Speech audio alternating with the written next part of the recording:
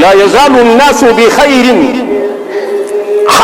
حتى يعجلوا الفطر، لوگ خیر کے ساتھ رہیں گے، عافیت کے ساتھ رہیں گے، امن و اطمینان کے ساتھ رہیں گے، کب تک؟ جب تک افطار کے اندر جلدی کریں گے۔ بخاری کی روایت ہے۔ لیکن یہاں پر بھی مسئلہ وہی ہے، جلدی کا مطلب کیا ہے؟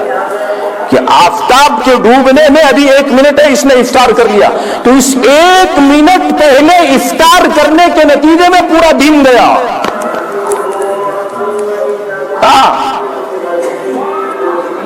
افطار کے اندر جلدی کرنے کا مطلب یہ ہے کہ سورج ڈوب گیا، اس کے بعد اب انتظار مت کرو۔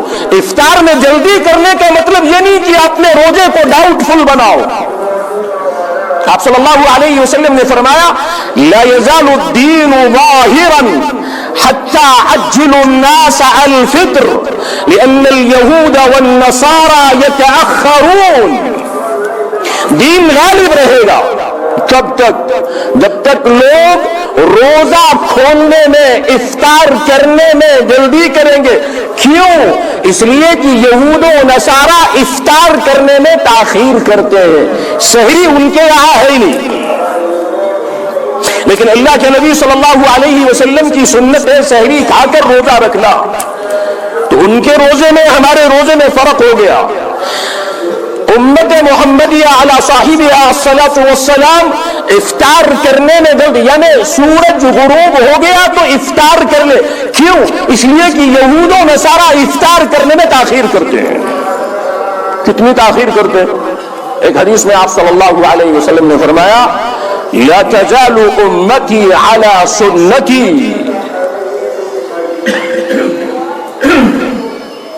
میری امت میری سنت کے اوپر قائم رہے گی۔ کب تک؟ جب تک وہ اپنے افطار کو اتنا مؤخر نہ کر لے کہ آسمان سے ستارے دکھائی دینے لگے۔ اب آپ اندازہ کیجیے یہود و نصارہ کتنی تاخیر کرتے تھے کہ جب تک آسمان سے ستارے ان کو دکھائی نہیں دیتے تھے اس وقت تک وہ روزہ نہیں کھولتے تھے۔ تو یہ سورج کے غروب ہونے کے 15-20 منٹ کے بعد آپ کو آسمان کے اوپر ستارے دکھائی دینے لگیں گے۔ 20-25 منٹ کے بعد، اس سے پہلے نہیں دکھائی دیں گے۔ یہ ہے اس حدیث کا مطلب۔ اس حدیث کا مطلب یہ نہیں ہے کہ ابھی سورج غروب ہونے میں، یہ جو ہو رہی ہے اللہ معاف کرے افراط و تفریط، کہ ایک مسجد کے اندر 2 منٹ پہلے اذان دی جا رہی ہے اور ایک مسجد کے اندر 2 منٹ کے بعد اذان دی جا رہی ہے۔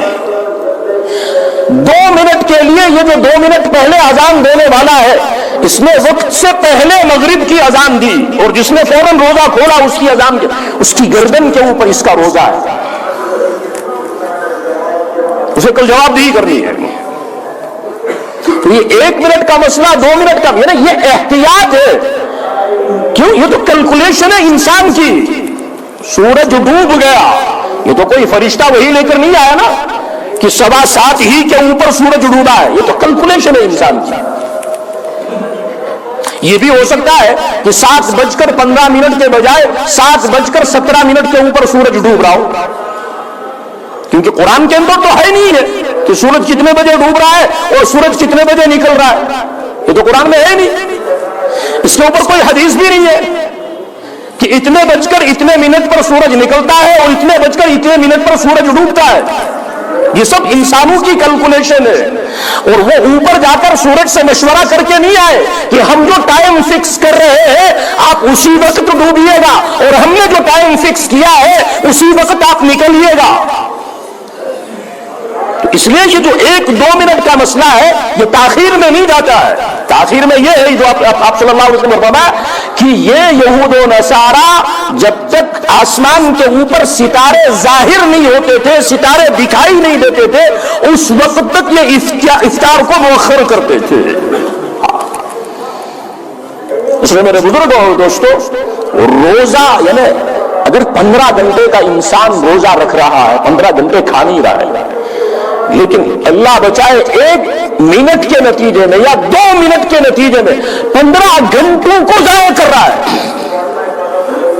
اور کوٹ کیا کر رہا ہے؟ کوٹ کر رہا ہے حدیث کہ اللہ کے نبی صلی اللہ علیہ وسلم نے فرمایا کہ سحری کے اندر تاخیر کرو اور افطار میں جلدی کرو.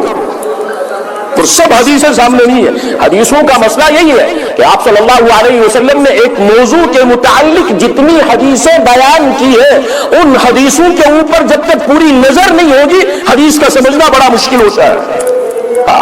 اللہ کے نبی صلی اللہ علیہ وسلم نے کیا فرمایا ہے؟